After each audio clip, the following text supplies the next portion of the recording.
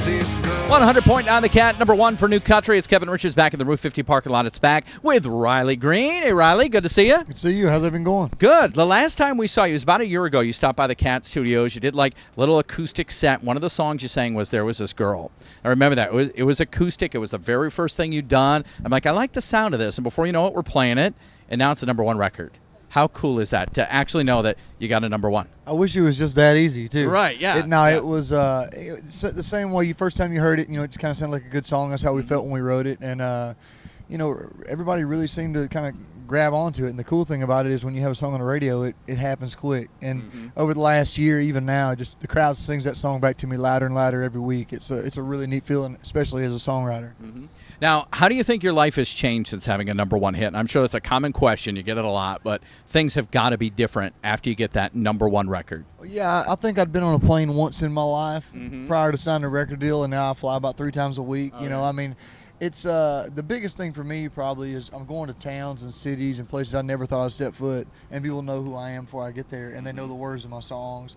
And, like I said, you don't get asked to go on tour with somebody like Brad Paisley without having a hit song on the radio, and that's a pretty cool thing also because, I'm getting in front of Brad's fans and trying to steal them as many as I can every night, And you probably will because your music is kind of like that traditional country that draws his crowd. Oh, so I think they're going to love what you do. Without a doubt. And it's not a coincidence Brad's had a 20-something year career. They do a great job. The show's great, and they take good care of us. Welcome to Saratoga. Have you ever been here before? No. I landed today, and I've got to see however far it was from the airport to here. So that's the only downside to the travel I'm doing now is we're so busy. Usually I'm looking out of a bus or plane window.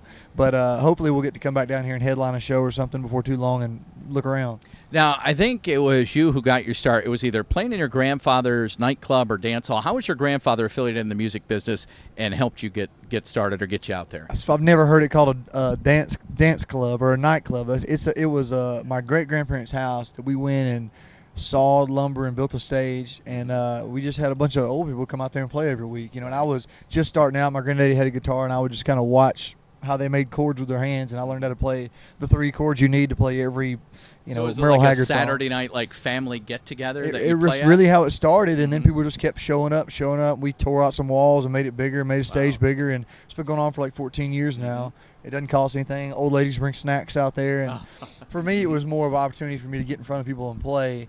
Where I was probably a little bit shy and kind of build some confidence because I was just a kid out there playing with all those older folks, and they cheer for me whether I was good or not. Right, and that definitely gave you the confidence to move forward. Yeah. So what then led you from there to Nashville? How did that all happen and transpire? Well, I started writing songs because I got tired of playing the songs I knew. I didn't have any goals with the songwriting. What were some of the songs you played?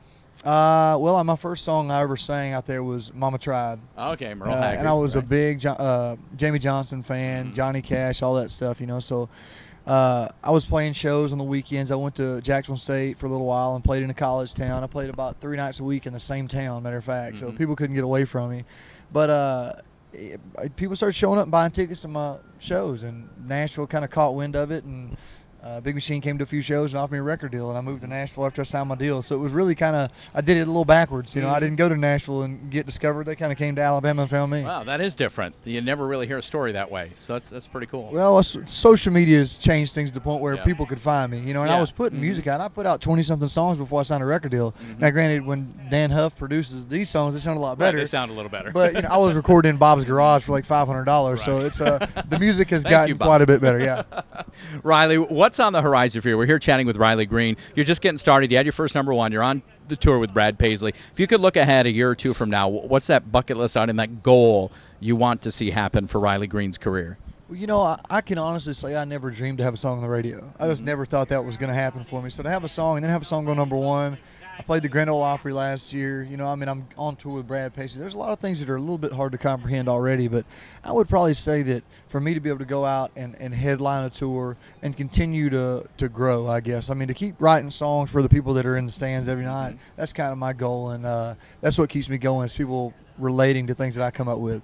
You're on tour with Brad Paisley now, but I see next you're going to go on the road with Jon Pardi. How did that all happen? Because I think that's cool. Because the two of you, I think, could have the same do a duet, and it'd be you have the same style of music. Without a doubt, and we're sure. probably going to get along a little too well too. I'm a little worried about that. You guys fit. Yeah. So me and Jon did a show years ago in Mobile, Alabama, and that was one of those places where I was kind of coming up and worth a few tickets, and had a big crowd. And me and him palled around a little bit then, and of course, you know how Nashville is. Everybody runs into everybody, and everybody's connected somehow. So, when that got brought up to me, I jumped all over it about like the Brad tour. You know, it's such a great opportunity, and it seems like a really good fit for me as opposed to just going out with somebody that's going to pay me. Go out with somebody that's going to have the same type fans that's going to really appreciate the kind of music I'm writing. So when you're on stage tonight at SPAC and you're looking out at the crowd, what do you like to see? Well, you know, it's an interesting time slot that I get that early when people are still kind of getting there. It's daylight. You can actually see them. The lights aren't out yet. And it's I've been really fortunate because, you know, you've got a song like There Was This Girl that people are going to sing back to you, which I usually save for the end. But for people to stop and listen to the songs that I've written and some of my newer stuff, and that's the cool thing about it. These crowds have really been interested in music, you know, and they're all about the words, and that's something cool about country music is the storytelling to me. Riley Green, thank you so much for being here. Appreciate your time. Yeah, Have fun tonight. Appreciate it.